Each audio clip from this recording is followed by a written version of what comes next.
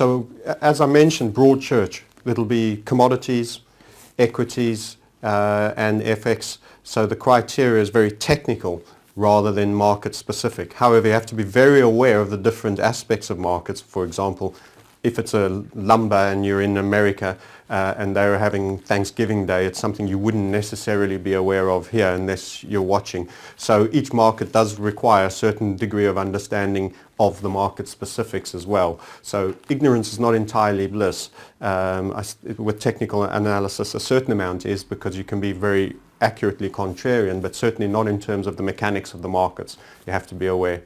All right, splendid. And what mediums are you using for trading? I use a combination actually. I use spread betting for the obvious advantages of the capital gains not being applicable. I use an MT4 platform because I have tools that have been written for me on what is a very generic platform for which there's a lot of software support. And outside of that, at the FX desk I use an institutional FX platform which is very tight spreads with one of the big players that provides service to the trading floor over there, which is predominantly an equity floor. You're a share man. Why shares?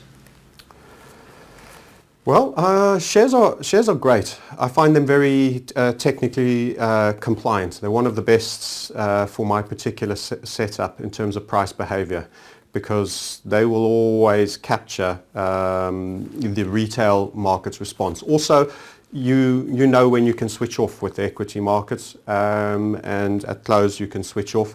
That does come with the downside that big moves can see gaps overnight where there's been information released, but I also find there's a value to knowing when you're on risk and when you're off as well in terms of actual market movements.